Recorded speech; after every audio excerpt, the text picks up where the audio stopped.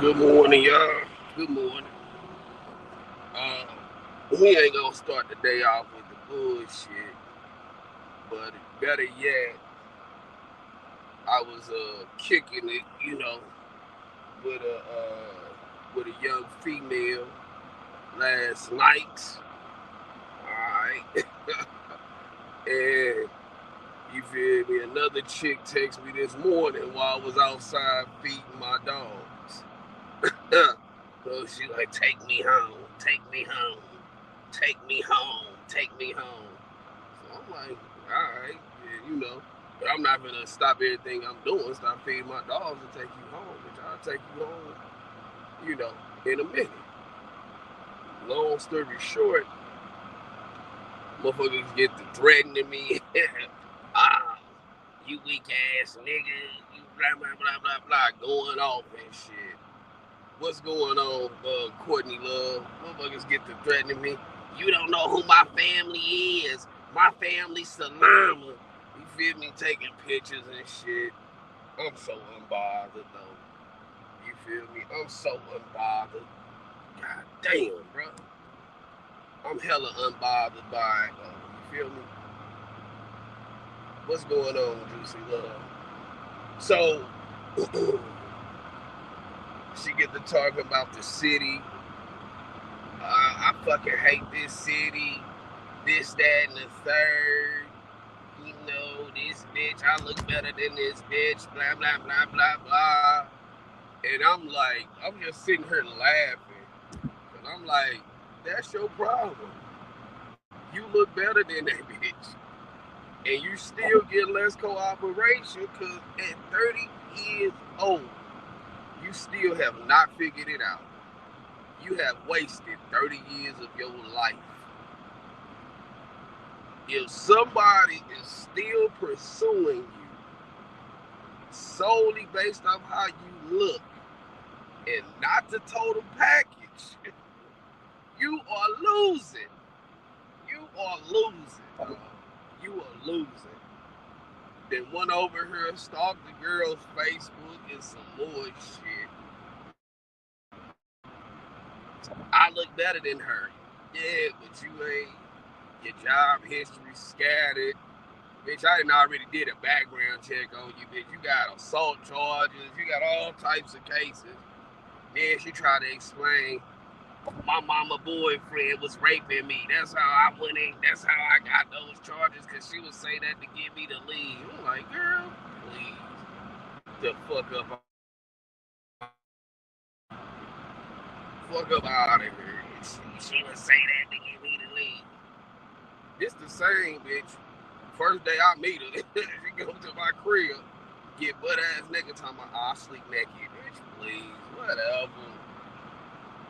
But she started threatening me, man. I realized, like, yo, I ain't in the streets no more. I'm not even thugging. Uh, I'm not thugging.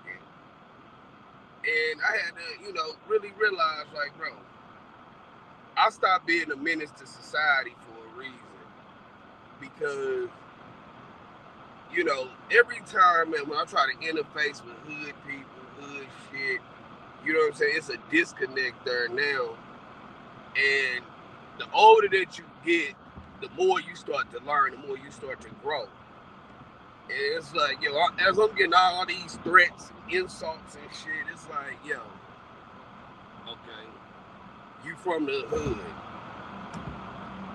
But the United States of America designed it so that most black people are from the hood. Or if they not from the hood directly, they one generation removed from being from the struggle. Okay? But we all grew up in hoods for the most part. Now this newer generation, they kind of choosing the stupidity and the violence and stuff like that by choice. You feel me? Because like a lot of black folks don't necessarily live in the hood, but the way that the American capitalistic system is set up, we only a hop, skip, and a jump from hood thinking, hood living, so on and so forth. People put a barrage of threats on folks, I'm gonna go and get this person. I'm gonna go and do this to you. Oh, I'm gonna fuck you up. I'm gonna call my people on. Everybody got a gangster in their family, a mobster, a drug dealer, a felon. Everybody got some holes in their family. They got, you know what I'm saying? You got one family member that's in the medical field, whether they're a nurse, a doctor, a lawyer. You got one person who, you know, they may not be a kingpin, but they're a major drug pusher. Like, come on, man. Everybody knows somebody that's tough. All right. Everybody got a gun or access to a gun. What the fuck does that mean about you? So, as I begin to learn and begin to grow and stuff, I start going away with all of the hood shit because it's a trap. That's why they call the music trap music. It's a fucking trap. Okay? It's a trap. It wants to trap you into one specific way of thinking, one specific way of living, one specific set of circumstances, one specific set of outcomes, because the government, while in this system of America, it may be your choice. You may have a choice here or a choice there. They really, really, really put you under a specific set of circumstances to where there's only so many outcomes. Meaning, if I'm in the hood and the CIA and other government agencies are allowing drugs to come into the community, now think about this. You can't get no aid in the community. The people in the hood, why is it that folks in the hood can get crack cocaine, but we can't get a business loan? Why is it that it's an abortion clinic on every corner, or it used to be, you know, before they started putting these laws in place? But why was it an abortion clinic on every corner of the ghetto? But on them same corners, you didn't have business classes, accounting classes. Why don't they make accounting classes and business classes affordable the same way that they make drugs affordable? Rick Ross did not invent crack, okay? Regardless of whatever story they try to tell you, this man did not invent crack cocaine. The government invented crack to put you under a specific set of circumstances where you only had a specific set of outcomes that were possible. Tupac wrote this poem called The Rose that Grew Through Concrete. Okay? And, you know what I'm saying? It was an analogy of something nice, something beautiful, penetrating through rough circumstances. But that's the anomaly. Most people are going to weigh on the side of the majority. But this is why folks are specifically placed in ghettos. They placed in housing projects. They placed in crime and tyranny. Because if I put you in that type of environment, you will never reach your full potential. And once you realize this, that's the beginning of growth. That's the beginning of leveling up. That's the beginning of understanding. You know what I'm saying? And, you know, when I got with my, you know, so when I got my main kid, you know, I told her straight up, I said, man, you want to ask God for two things: clarity and understanding. Clarity and understanding. That's what you want to that's what you want to ask for. Everything else is just everything else, but you need to pray for clarity and understanding. Once I got clarity and understanding, that was the beginning of the end of me being a gangster, man. I can go and shoot somebody. I can go and kill somebody. But if I go and shoot and kill somebody, I will be serving 20, 30 years in jail You know what I'm saying? You could plead out to like 15 to 18 to 20 years, something like that. You can out to that much time, excuse me. You can go ahead and plead it out to that much time. But what's the point? What's the point? Don't be a statistic, man. You know, don't be a statistic. Now, what happens is the same knowledge that you could use to learn how to cook dope, how to buy dope, how to, market your dope, how to sell it, all of those are business practices. But when they talk about black billionaires, they only really talk about three black billionaires. About Oprah, Bob Johnson, and Byron Allen. The only black billionaires that they allow you to.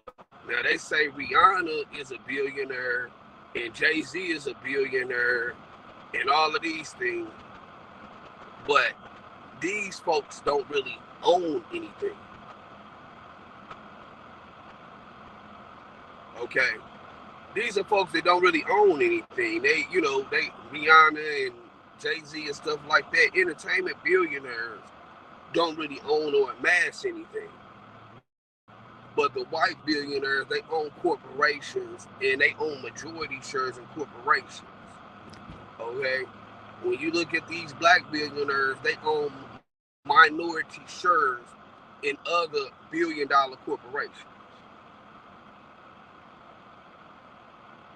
My point of saying that is to say, with the black billionaires, you got your Larry Hookers, the Rick Rosses, the Young Boys Incorporated, folks like this from all around the country who took what was at their disposal. They learned supply chain, logistics, marketing, transportation, distribution, all of these things which are principles. They learn advanced accounting, okay? All of these things you need to be a prolific street nigga. But when you are kept at the fate of your surroundings, you can only go but so far. You can only go but so far. You feel me? And so, again, man, the point that I'm getting at with what I'm saying is that at some point, it comes a point in your life where you have to let certain stuff go. Okay? You have to let certain stuff go. You got to let certain people go. I had friends that have been my friends for 15 years. And I realized, I'm like, bro, I'm not getting any further. I'm not getting to where I'm trying to be still associating with this person, this type of person. Okay? And so, I'll close it out by saying this, all right? In the Bible, what's his name? I think it's in Romans. He said, hey, when I was a boy, I thought as a boy, I acted as a boy. I played the games the boys play. But when I became a man, I put away all those childish things. So, I don't expect this to get a whole shit ton of views and all of that, because it ain't filled with the drama and all of that shit. But I wanted to come on and put something out there where it wasn't just about calling folks bitch ass niggas or, stuff like that. And we're going to get back to that shit. Don't get me wrong. We're going to get back to that on everything I love. But I want to come out and really talk about what's really going on. Alright? So, God bless the readers, hearers, and doers of his word. I'm going to get back at y'all. Peace.